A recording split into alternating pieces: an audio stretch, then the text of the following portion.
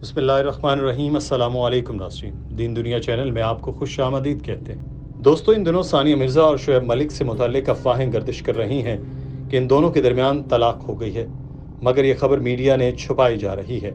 आज की इस वीडियो में हम सच की खोज लगाएंगे कि क्या इन दोनों के दरमियान वाकई अलहदगी हो गई है या सिर्फ अफवाहें फैलाई जा रही हैं। नाज़रीन, एंड जानने से पहले स्टोरी की शुरुआत जान लेते हैं। दो मुल्क, दो खिलाड़ी, दो सुपरस्टार्स। शुएब मलिक और सानिया मिर्जा की शादी की खबर भी अपने वक्त की सबसे बड़ी ब्रेकिंग न्यूज साबित हुई थी। ताहम अब दोनों की अलहदगी की खबरें गर्दिश कर रही हैं, जिनकी तस्दीक नहीं हो सकी। दोनों खिलाड़ियों के दिल ऑस्ट्रेलिया में मिले, रिश्ता दुबई में तय हुआ, निकाह भारत में हुआ और वलीमा पाकिस्तान में। जोड़े ने रिहाइश दुबई में रखी। पाक भारत मीडिया ने शादी की भरपूर कवरेज की। सियालकोट से बारात लेकर शुएब मलिक हैदराबाद दक्कन पहुंचे थे। एक इंटरव्यू के दौरान शुएब मलिक और सानिया ने अपनी पहली मुलाकात का अहवाल बताया कि 2005 में जब शुएब मलिक भारत में सीरीज खेलने गए, उस वक्त सानिया मिर्जा दिल्ली में फेडरेशन कप खेल रही थी। पाकिस्तान की टीम एक और सानिया एक ही होटल में मुकीम थे। सानिया बताती हैं कि जैसे वो होटल में अपने कमरे से निकलकर नीचे जिम में गईं, तो एक सहाफी ने हमारी रस्मी मुलाकात कराई थी, जिससे बातचीत बढ़ती बढ़ती शादी तक पहुंच गई।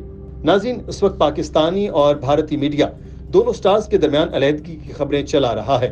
भारतीय मीडिया के मुताबिक दोनों के दरमियान अलहदगी का बाज़ाब्ता फैसला हो चुका है, बस कागजी कार्रवाई रह गई है। जबकि पाकिस्तान के कुछ मीडिया ग्रुप ये दावा कर रहे हैं कि शुएब और सानिया के दरमियान तलाक कई साल पहले हो चुकी थी, इसलिए सानिया दुबई में रहती थी और शुएब पाकिस्तान में रह रहे हैं।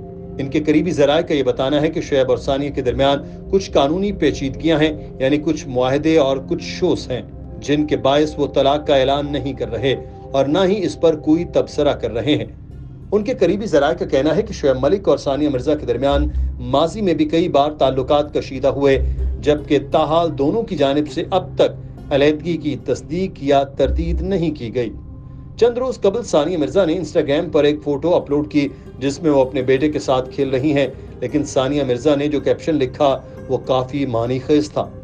सानिया ने तस्वीर के साथ कैप्शन लिखा कि ये वो लम्हात हैं जो मुश्किल तरीन हालात में साथ देते हैं। इससे अंदाजा होता है कि सानिया किसी बड़ी मुश्किल में है। ये मुश्किल इज़्दवाजी भी हो सकती है और समाजी भी। ताहम हमारी शुएब और सानिया के लिए दुआ है कि ये दोनों हमेशा खुश रहें और अल्लाह ताला इनके घर महफूज रखे। नाज़रीन, डॉक्टर जाकिर नाइक साहब से भी सानिया मिर्जा के बारे में एक सवाल किया गया। डॉक्टर जाकिर नाइक साहब ने उसका क्या जवाब दिया, आइए आपको सुनवाते हैं। आपका जो सवाल है वो सानिया मिर्जा के बारे में है ना? सानिया मिर्जा के बारे में ना, तो डायरेक्ट पूछिए ना। मुझे पता है कि हैदराबाद से ताल्लुक रखती हो,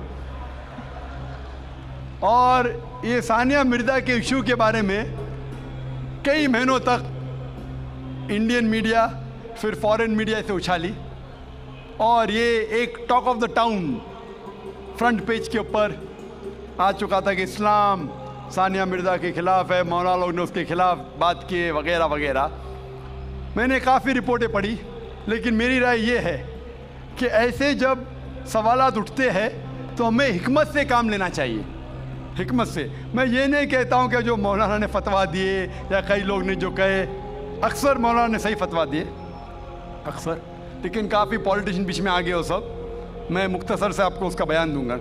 लोग कह रहे थे कि इस्लाम रिस्ट्रिक्ट्स इंटरनेशनल स्पोर्ट्स, कि इस्लाम स्पोर्ट्स की तरक्की के ख़िलाफ़ है, और सानिया मिर्ज़ा से मीडिया पूछ रही थी कि इस्लाम हराम कहता है तो क्यों आप ऐसे कपड़े पहन रहे वगैरह वगैरह।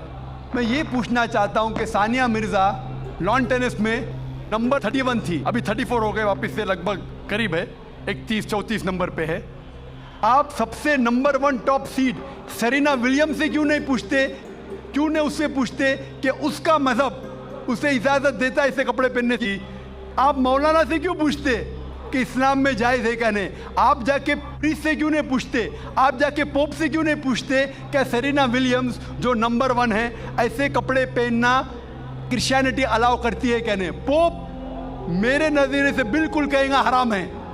क्लियरली लिखा है हिजाब के बारे में बुक ऑफ ड्यूटोनॉमी में चैप्टर नंबर 22 वर्स नंबर 5 में हिजाब के बारे में लिखा हुआ है। 1 Timothy chapter number 2 verse number 9 में कि औरतें अच्छे कपड़े पहनना चाहिए, सोबर, modest.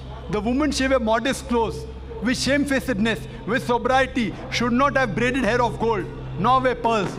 मतलब भड़कीले कपड़े नहीं पहनना चाहिए, सोने नहीं पहनना चाहिए और अच्छे से पेश आना चाहिए, इज्जत के साथ। और क्रिश्चियनिटी में भी ऐसे कपड़े पहनना हराम है। अगर आप प्रीस्ट से पूछेंगे, कोई भी प्रीस्ट कहेगा, इसीलिए आप देखते हैं कि नन लोग मुस्लिमा जैसे लिबास पहने, इस्लाम के लिबास पहने, पूरा जिस्म ढका हुआ है, सिर्फ चेहरा और हाथ कलाई तक दिखता है। तो आप जब कहते हैं कि जो लोग मजहबी है, जो औरतें मजहबी है, उन्हें ऐसे कपड़ा पहनना चाहिए, हमारे हिसाब से हर औरत, हर मुस्लिमा, हर मुस्लिम खातून मजहबी होना चाहिए और उसे अच्छे कपड़े पहनना चाहिए। मीडिया क्या करती है? उछालती है। और अफसोस की बात, हमारे कई मुसलमान पॉलिटिशियन वो कहने लगे कि मौलाना है ना, ये सिर्फ मजहबी तक रहना चाहिए, स्पोर्ट्स में नहीं आना चाहिए, स्पोर्ट्स के बारे में नहीं कहना चाहिए। मैं ये मुस्लिम पॉलिटिशियन से कहता हूं कि वो अपने पॉलिटिक्स तक महदूद रहो, इस्लाम के दायरे में मत आओ। वो कहता है कि मौलाना जो है ना, ये हमारे स्पोर्ट्स वुमेन को तरक्की करने से रोकते हैं। मैं उनसे पूछता हूं, और कई हमारे गैर मुस्लिम पॉलिटिशियंस कहने लगे कि जो भी कोई सानिया मिर्जा के खिलाफ है वो देश के खिलाफ है, हमारे हिंदू पॉलिटिशियंस।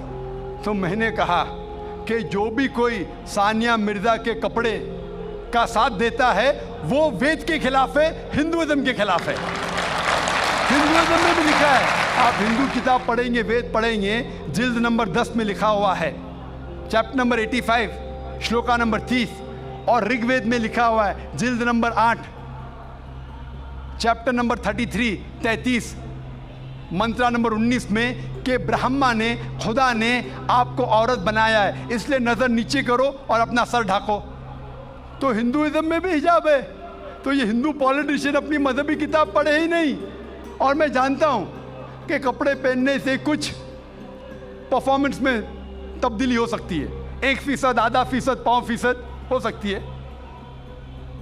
लेकिन अगर खाली कपड़े पहनने से कुछ फर्क आता है, आधा फीसद, 1%, हम जानते हैं कि स्विमिंग के लिए कम कपड़े पहना जाता है तो क्या स्विमिंग और अच्छे से हो सके।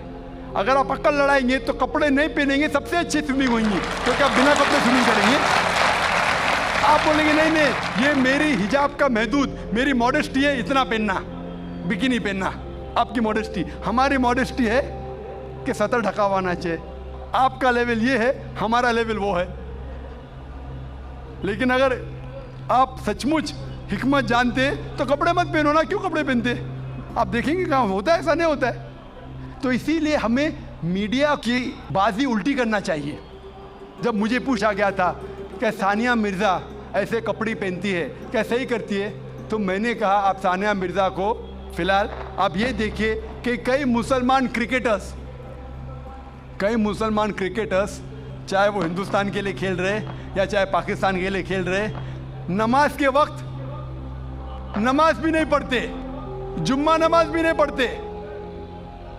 सही हदीस में आता है कि काफिर और मुस्लिम के दरमियान जो फर्क है वो नमाज है, सलाह। कम से कम सानिया मिर्जा नमाज तो पढ़ती है, सलाह तो पढ़ती है, अल्हम्दुलिल्लाह। हो सकता है कल वो कपड़े भी अच्छे पहनेंगी इंशाअल्लाह, क्यों नहीं। तो मैं कहता हूं कि जो ये मुसलमान क्रिकेटर्स सानिया मिर्जा से और बड़ा हराम कर रहे, सानिया मिर्जा से बड़ा हराम कर रहे, कम से कम नमाज तो पढ़ती है, उसके लिए हमें उसका साथ देना चाहिए। अगर कुछ गलती कर रही है हमें उसके साथ हिकमत से पेश आना चाहिए और कहना चाहिए अल्लाह ताला उन्हें इंशाअल्लाह हिदायत देंगे, कम से कम नमाज तो पढ़ी है। हो सकता है चंद महीने बाद या चंद साल बाद हो सकता है कि अल्लाह ताला उसे हिदायत देगा, वो कपड़े भी अच्छे पहनेंगे।